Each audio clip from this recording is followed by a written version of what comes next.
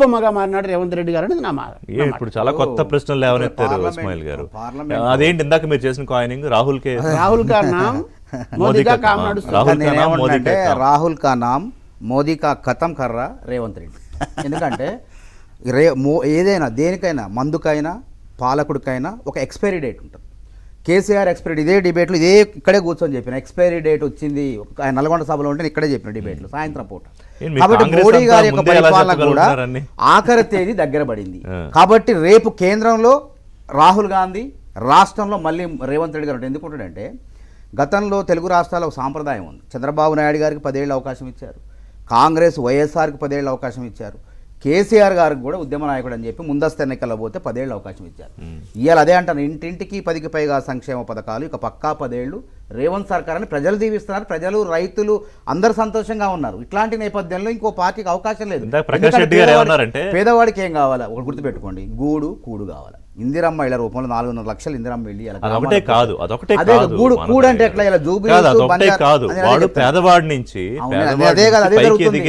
ఇంకో మాట చెప్పిన తర్వాత చెప్తా మీకు సమాధానం నేను చెప్తా.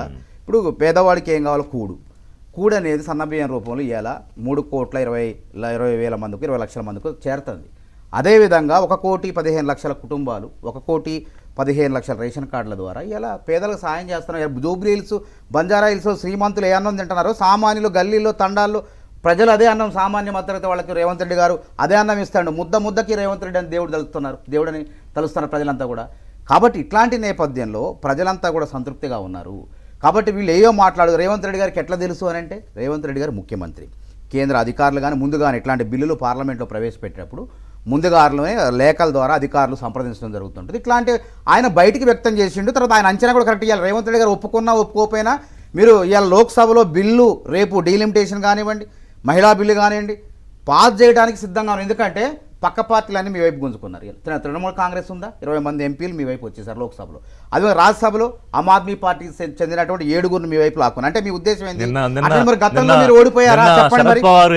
మరి ఇప్పుడు గతంలో మీరు పార్లమెంట్లో బిల్లు పెట్టినప్పుడు మరి మీరు ఓడిపోయారు కదా, మీరు గట్టి ఎదురు దెబ్బ తగిలింది కదా, అంటే అయిపోయినట్టేనా? ఇవాళ మేము అవునన్నా రాహుల్ గాంధీ గారు అవునన్నా కాదన్నా మీరు ఇలా లోక్సభలో రాజ్యసభలో బిల్లును ఆమోదించుకోవడానికి సరైనటువంటి సంఖ్యాబలాన్ని మీరు సిద్ధం చేసుకున్నారు ఆల్రెడీ. అయితే ఇప్పుడు ఎంత కావాలి? 543 మంది హాజరైతే, అదే 543 మంది ఒకవేళ హాజరైతే ఎంత 362 సంఖ్యాబలం ఉండాలి. ఆ సంఖ్యాబలం లేకనే కదా మొన్న మీ వీగిపోయింది బిల్లు, మీ అవమానపడింది.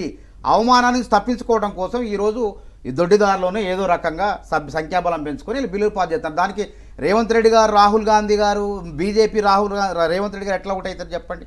కాబట్టి ఇదేంటంటే చెప్పుకోవడానికి కానీ వాస్తవంగా శాస్త్రీయబద్ధంగా రేవంత్ రెడ్డి గారు ఆలోచనలు కూడా ఎట్లా ఉన్నాయి రేవంత్ రెడ్డి గారు చెప్పండి. శాస్త్రీయబద్ధంగా అనే పదం మీరు వాడినారు కాబట్టి నేను ఇప్పుడు ఏమంటున్నా, దక్షిణాది రాష్ట్రాలకు సంబంధించిన 50% అన్యాయం జరిగేటటువంటి డీలిమిటేషన్ అని మనం మాట్లాడుకున్నాం కదా. కాంగ్రెస్ పార్టీ కూడా మీ అధినేత చెప్పారు కదా, రాహుల్ గాంధీ కూడా కాంగ్రెస్ పార్టీ అధినేత రాహుల్ గాంధీ మాటకు కట్టుబడి ఉంటారన్నారు కదా. మీలాంటి వాళ్ళని ఏమన్నా ఒప్పించారా? మీరు దీన్ని ఒప్పుకుంటున్నారా? మీరు ఒప్పుకుంటున్నారా? ఇవాళ బీజేపీ రాష్ట్ర పాలిత ప్రాంతాల్లో ఉన్న ముఖ్యమంత్రులకు తెలియని విషయం కాదు. 2/3 ఇందులో టెక్నికల్ గా నెంబర్ గేమ్ 2/3 మెజారిటీ ఉంటే ఆ బిల్లు పాస్ చేసుకోవడానికి కావాల్సిన ప్రయత్నాలన్నీ బిల్లు పాస్ చేయడానికి ఒప్పుకున్నట్టే కదా. ఇప్పుడు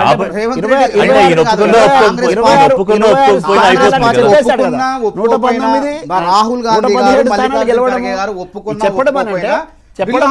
ఒప్పుకున్నట్టే కదా. మనం ఒప్పుకోలేదు కాబట్టి బిల్లు వీగిపోయింది.